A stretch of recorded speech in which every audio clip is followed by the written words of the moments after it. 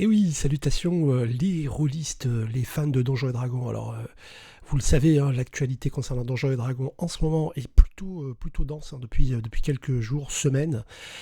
Cette histoire de leak, hein, de fuite sur l'OGL a provoqué un séisme dans la rolosphère. Si vous n'avez pas suivi hein, l'espèce d'épisode de Dallas et Dynasty combiné en un, eh bien, je vous invite à aller jeter un œil à une vidéo hein, que j'ai réalisée avec Isler Dargol, hein, Jean-Baptiste, pour vous expliquer un petit peu ce qui se passe, les enjeux, le pourquoi du comment. Depuis, eh bien, Wizard of the Coast s'est risqué à une communication qui a été, on va dire, pour le moins foireuse, hein, je crois qu'on peut le dire, plutôt foireuse, puisqu'ils ont lancé un communiqué il y a quelques jours qui voulait tout dire et rien dire, et puis surtout qui montrait que, a priori, ils n'avaient pas tout à fait compris hein, le message que la communauté rôliste leur a envoyé, puisque les désinscriptions de D&D Beyond à la plateforme numérique de Wizard of the Coast ont été mais massives, hein, plusieurs dizaines de milliers de joueurs se sont déconnectés, désabonnés de D&D Beyond, ce qui représente une perte d'argent très importante pour Wizard of the Coast. Et Wizard of the Coast, donc, dans son communiqué précédent, s'est fendu d'un mais non, c'est pas ce qu'on voulait, on nous prête de mauvaises intentions, enfin, voilà, un discours qui était franchement pas crédible du tout, et qui en plus se terminait par une espèce d'aveu de faiblesse de leur ego, hein, puisque il terminait en disant oui, alors certains diront que oui, nous avons plié parce que on nous a forcé la main, et ils diront donc qu'ils ont gagné. Eh bien en vérité non, nous avons tous gagné. Enfin voilà, un petit peu pathétique comme message. Aujourd'hui, on a un message qui est déjà un petit peu plus sérieux, je trouve. Hein. Un message donc qu'on peut lire donc une fois de plus sur la plateforme D&D Beyond, comme je vous le montre là, en capture d'écran. C'est un message qui est laissé donc par Kyle Brink, qui dit « Hey, salut, je suis Kyle Brink, le producteur exécutif de Donjons et Dragons. C'est mon équipe qui fait le jeu auquel nous jouons tous. » Voilà, donc c'est clair. Et ensuite, il continue donc en disant que voilà, ça a été Donjons et Dragons compte énormément dans sa vie, voilà, comme pour beaucoup d'entre nous et beaucoup de créateurs. Et en fait, il explique que les jours qui viennent de s'écouler et les semaines qui viennent de s'écouler ont été extrêmement tendus pour tout le monde. Hein. Joueurs, fans, les promoteurs du jeu, nous ne pouvons pas et nous ne laisserons pas les choses continuer ainsi. Waouh! Là, c'est du sérieux, on peut s'attendre à quelque chose enfin d'un petit peu cohérent et correct. Donc là, c'est très beau, voilà. Avant toute chose, laissez-moi commencer par des excuses. Nous sommes désolés, on a merdé. Voilà, we got it wrong, on a merdé. Voilà. Donc, il s'excuse platement, en fait, de la façon dont les créateurs de contenu ont été traités par Wizard of the Coast via le contenu de ce leak, de cette OGL 1.0 1.1 et puis ensuite l'OGL 2.0 dont on a entendu parler.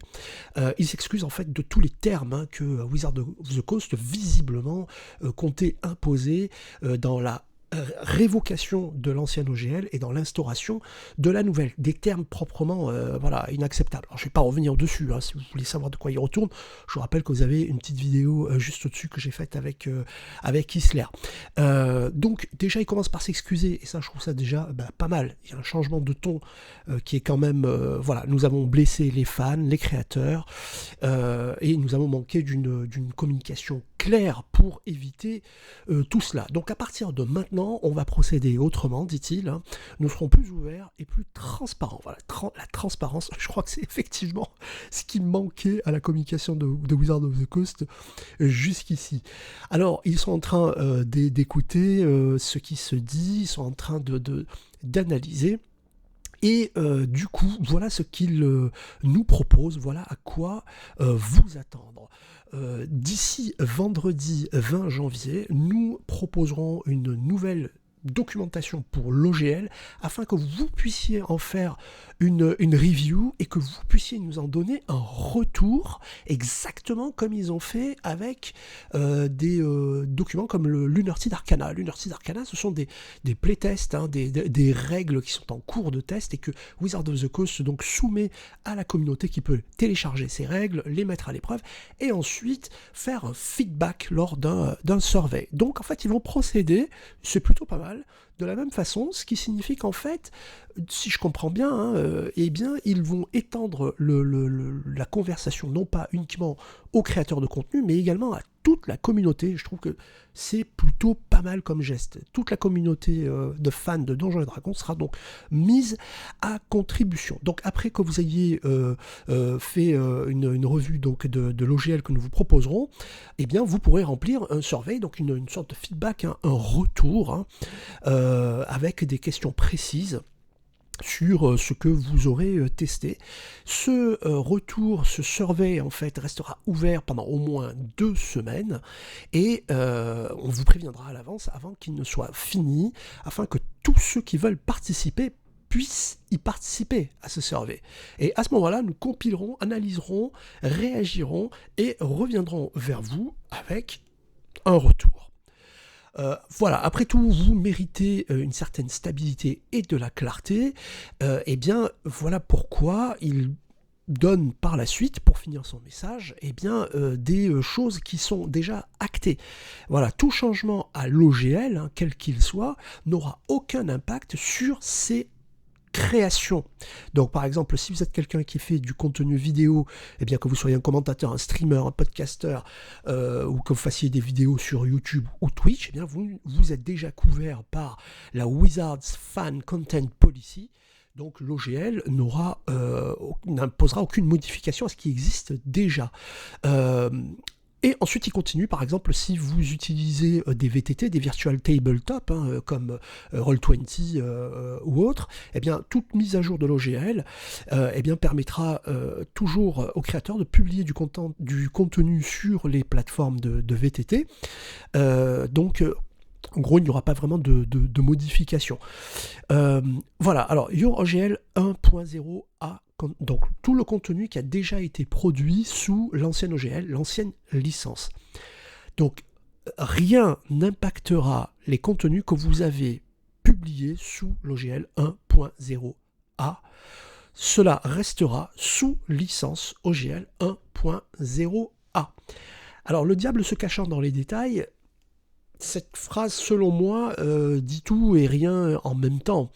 Est-ce que c'est une façon de dire que l'OGL 1.0a sera maintenu et donc ne sera pas révoqué? Là, j'avoue que je m'abstiendrai bien de m'avancer. C'est pas très très clair, hein, parce que après tout, les produits peuvent rester sous licence OGL 1.0a et être malgré tout soumis à une révocation de cette même OGL ou des modifications drastiques. Donc j'avoue que là c'est pas très clair, ou alors quelque chose m'a échappé. N'hésitez pas, hein, si vous y voyez un petit peu plus clair dans cette phrase, n'hésitez pas à y aller de votre contenu en bas de cette vidéo, hein. Je dirai tout ça, vous le savez, avec grande attention, et on pourra discuter là-dessus. La propriété de votre contenu, ça a été un gros morceau, ça, hein, parce qu'il était question que dans la modification de l'OGL, eh bien, ce que les créateurs de contenu publieraient appartiendrait en fait de facto à Wizards of the Coast, et ce sans aucune royalty, c'est-à-dire qu'ils vous volent, quoi, tout simplement. Ils vous prennent votre travail, ils vous disent merci, et encore. Et bien voilà, là on a une mise à jour, vous continuerez de posséder votre contenu avec aucun retour de licence imposé. Les revenus, hein, il n'y aura aucune royalties ou des prérequis financiers. Aucun report, hein, donc là aussi on peut d'une certaine façon être rassuré. Voilà, donc voilà pour tout, voilà pour l'instant ce que nous vous proposons. Vous entendrez parler de nous d'ici vendredi, hein, comme nous venons de le dire, et voilà, plutôt pas mal. Alors déjà, ça a le mérite de la clarté, hein. Je ne sais pas ce que vous en dites. Alors maintenant, bien entendu, hein, tout reste à faire, mais je trouve que déjà un message plutôt clair, direct, où quand même le directeur, le producteur exécutif de D&D adresse ses excuses les plus plates et reconnaît avoir eu une communication désastreuse et avoir eu un mode de fonctionnement déjà, alors d'une certaine façon, c'est reconnaître que la fuite était bien, comment dire, elle était bien valide. Hein. C'était pas juste une simple fuite, c'était véritablement des documents de travail sur lesquels planchait Wizard of the Coast. Donc c'est une façon de le reconnaître de façon implicite, parce qu'il y a eu un moment où voilà, on s'est entendu dire que mais non, pas du tout, ce n'est qu'un document de travail qu'on a soumis aux éditeurs, ça n'est pas la version finale. Bon. Voilà, donc là, je trouve que ça a le mérite de la clarté. D'ici vendredi, donc, on va avoir la proposition d'OGL. La communauté va pouvoir s'adresser à Wizard of the Coast directement via donc un feedback, un retour. Et ça, je trouve que c'est très important qu'ils aient élargi ça, effectivement, à l'ensemble de la communauté de Donjons et Dragons, et pas uniquement une discussion entre éditeurs, entre gros du secteur, pour définir ça. Donc, c'est plutôt, moi je trouve que c'est plutôt pas mal. On en saura donc davantage demain. Donc, vous pouvez être sûr que, voilà, je lirai ça avec évidemment très grand intérêt, vous vous en doutez bien. Et on pourra à ce moment-là en rediscuter et décortiquer un petit peu ce qui nous est proposé. Voilà la communauté Donjons et Dragons. J'espère que ce genre de vidéo vous est utile, hein, que ça vous permet d'y voir clair un petit peu dans tout ce qui est en train de se passer, parce que ce qui est en train de se passer va forger le Donjons et Dragons de demain. Hein. Il faut reconnaître que le paysage rôlistique, en tout cas pour Donjons et Dragons, de ces 20 dernières années, va être chamboulé. Des pratiques vont peut-être cesser, des maisons d'édition vont peut-être fermer, des projets seront vraisemblablement abandonnés. Donc je pense que c'est quand même assez excitant. Ça ne nous empêchera pas de continuer à jouer, ça ne doit pas vous empêcher de continuer à jouer, parce qu'effectivement, Donjons et Dragons vous appartient, nous appartient, au-delà de toutes ces considérations juridiques, financières. On peut très bien, mettre ça en sourdine et rester sur notre pratique de Donjons et Dragons qui, elle, de toute façon ne changera pas, elle ne sera pas impactée. En tout cas, je vous le souhaite, moi je continue de jouer à Donjons avec très très grand plaisir. Voilà, et on aura l'occasion d'en reparler très très prochainement. C'est certain. Allez, j'ai hâte de lire vos commentaires, les amis, les meneurs, les meneuses, les joueurs et les joueuses. Et je vous dis à très bientôt pour une nouvelle vidéo. Allez, à ciao, bonsoir.